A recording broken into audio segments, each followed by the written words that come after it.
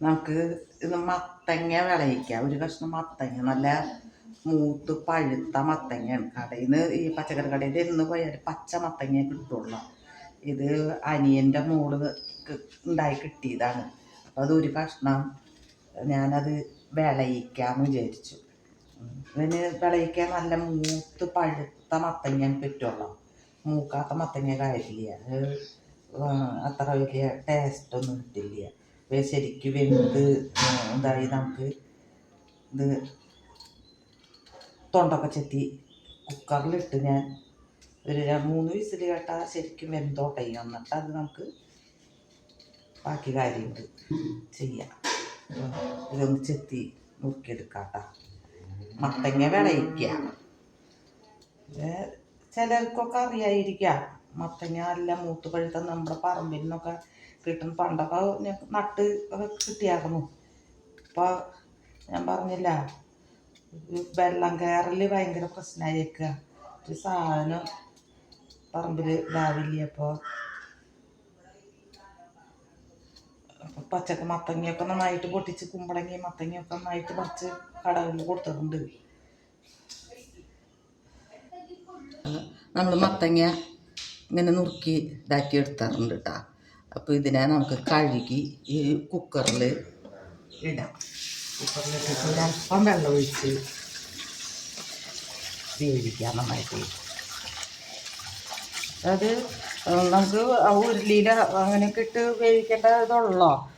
വേഗം ഒന്ന് വെന്തരിഞ്ഞ് കിട്ടണമെങ്കിൽ ഇതാകുമ്പോൾ അടുപ്പിൻ്റെ ഇടയ്ക്ക് ഇങ്ങനെ ഇളക്കിക്കൊണ്ട് നിൽക്കണ്ടാണ്.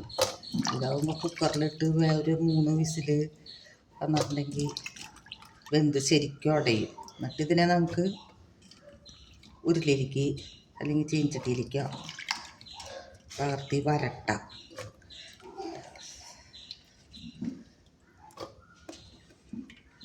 മത്തങ്ങ നല്ല പഴുത്ത മത്തങ്ങ തിന്നാൻ നല്ല ടേസ്റ്റാട്ടാ. വെള്ളം ഒഴിച്ചാൽ മതി.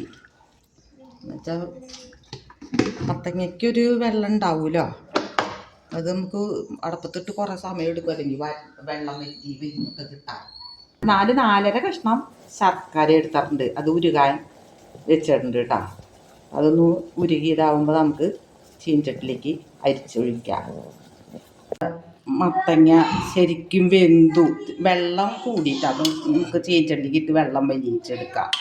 അതെന്ന് വെച്ചാൽ ഞാൻ അല്പം വെള്ളം ഒഴിച്ചുള്ളൂ. മത്തങ്ങ വെള്ളം ഉണ്ടല്ലോ, അത് വെന്ത് വരുമ്പോൾ വെള്ളമാവും. ഇത് കണ്ടാക്കിയ പോലെ ശരിക്കും വെന്തു. ഇതിനെ നമുക്ക് ചീനച്ചട്ടിയാണ് ഞാൻ എടുത്തേക്കണം. അപ്പം അതിലേക്ക് ഈ വെള്ളം ഒന്ന് വറ്റുമ്പോൾ നമുക്ക് ശർക്കരയുടെ ഒഴിക്കാം. ശർക്കര പാനി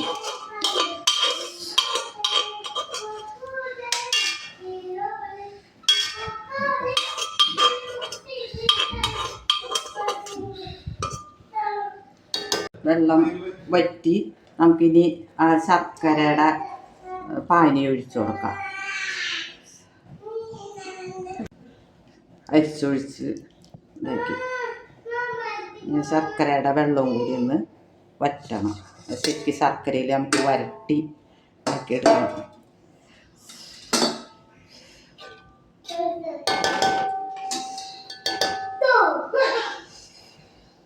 ഇനി നമുക്ക് ചട്ട് കൊടുക്കാം. നീളം ഉണ്ടാവില്ല.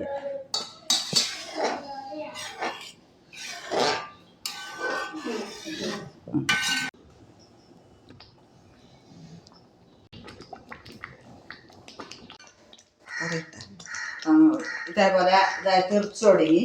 ഒരു മുറി നാളികേരത്തിൻ്റെ പാലെടുത്തിട്ടുണ്ട്. അത് 1-ാം പാലായിട്ട് മാറ്റി വെച്ചു.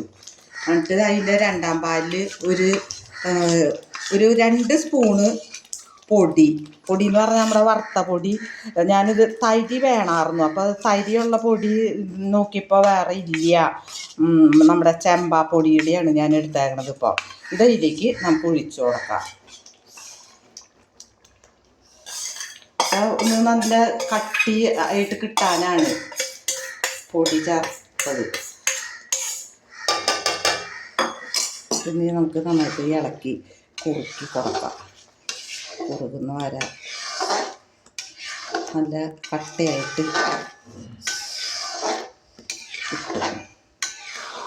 തെറിക്കുന്നുണ്ട്. തീ കൂട്ടിയിട്ടുണ്ടെങ്കിൽ തെറിക്കും.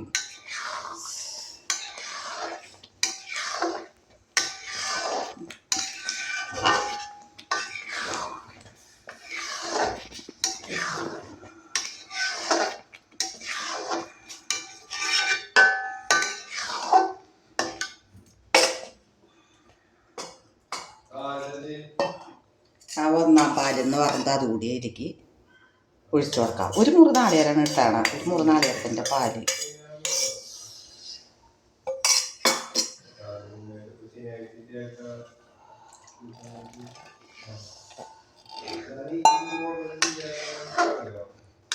നന്നായിട്ട് ഇളക്കി അതിലേക്ക് നമുക്ക് ഒന്ന് വറ്റുമ്പോൾ ഏലക്ക പൊടിച്ചത് ഇടാം.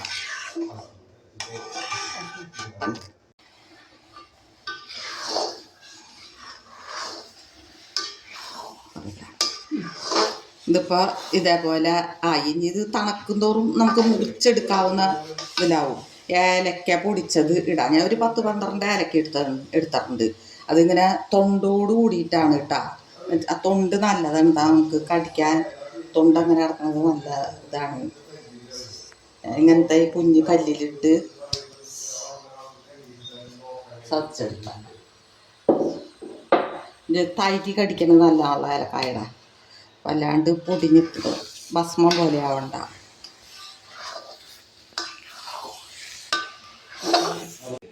റെഡിയായി. നമുക്കിനി ഇത് വേറൊരു പാത്രത്തിലേക്ക് മാറ്റാം. ഇത് ഉണ്ടാ ഇങ്ങനെ. ഇനി ഇത് തണുക്കുമ്പോൾ ഒന്നുകൂടി നല്ല അലുവ മുറിച്ചെടുക്കണ പോലെ എടുക്കാൻ പറ്റും. ഞാൻ അല്പം നെയ്യും കൂടി ഇട്ടിട്ടുണ്ട്. നെയ്യിൽ കശുവണ്ടി വറുത്തിട്ടുണ്ട്.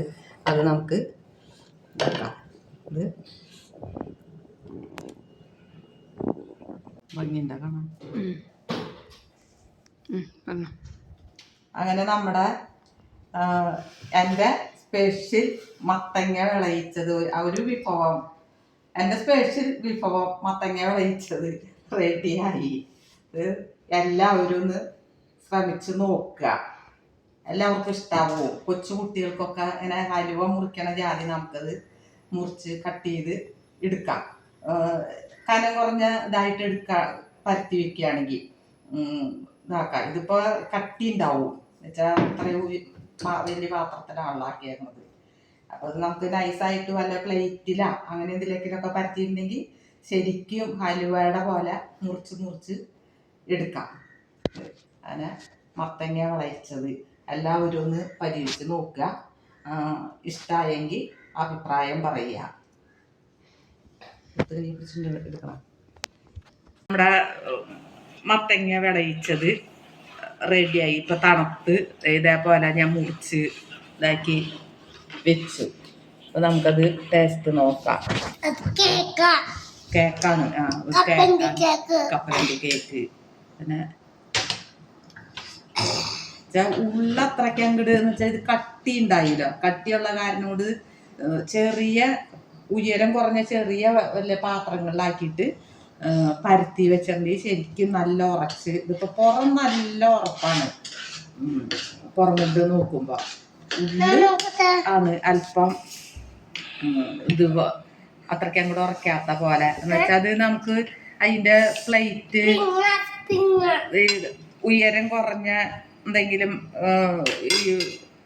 എന്താ പറയുക ട്രേ പോലത്തെ അങ്ങനത്തെ സംഭവത്തിലൊക്കെ ഇതാക്കിയിട്ട് നമുക്ക് കനം കുറച്ച് നല്ലതിൽ പരത്തി വെച്ചിട്ട് നമുക്ക് തണുക്കുമ്പോൾ ശരിക്കും നല്ല പുറം പോലെ തന്നെ ഉറച്ചു നിൽക്കും. ശരിക്കും കലുവയുടെ ഒരു ഇതല്ല. ക്യാരറ്റ് കലുവയൊക്കെ നമ്മൾ ഉണ്ടാക്കൂലോ, ആ ഒരു ടേസ്റ്റാണ്. അതുപോലെ കേസരി അങ്ങനെയൊക്കെ അതിൻ്റെയൊക്കെ ഒരു ടേസ്റ്റാണ് വരുന്നത്. അപ്പം മത്തങ്ങ നല്ല വിളഞ്ഞ മത്തങ്ങ അങ്ങനെ കിട്ടുമ്പോൾ നമുക്ക് ഇങ്ങനെ ഒന്ന് പരീക്ഷിച്ച് നോക്കുക. അപ്പം അത് എല്ലാവർക്കും ഇഷ്ടാവൂ.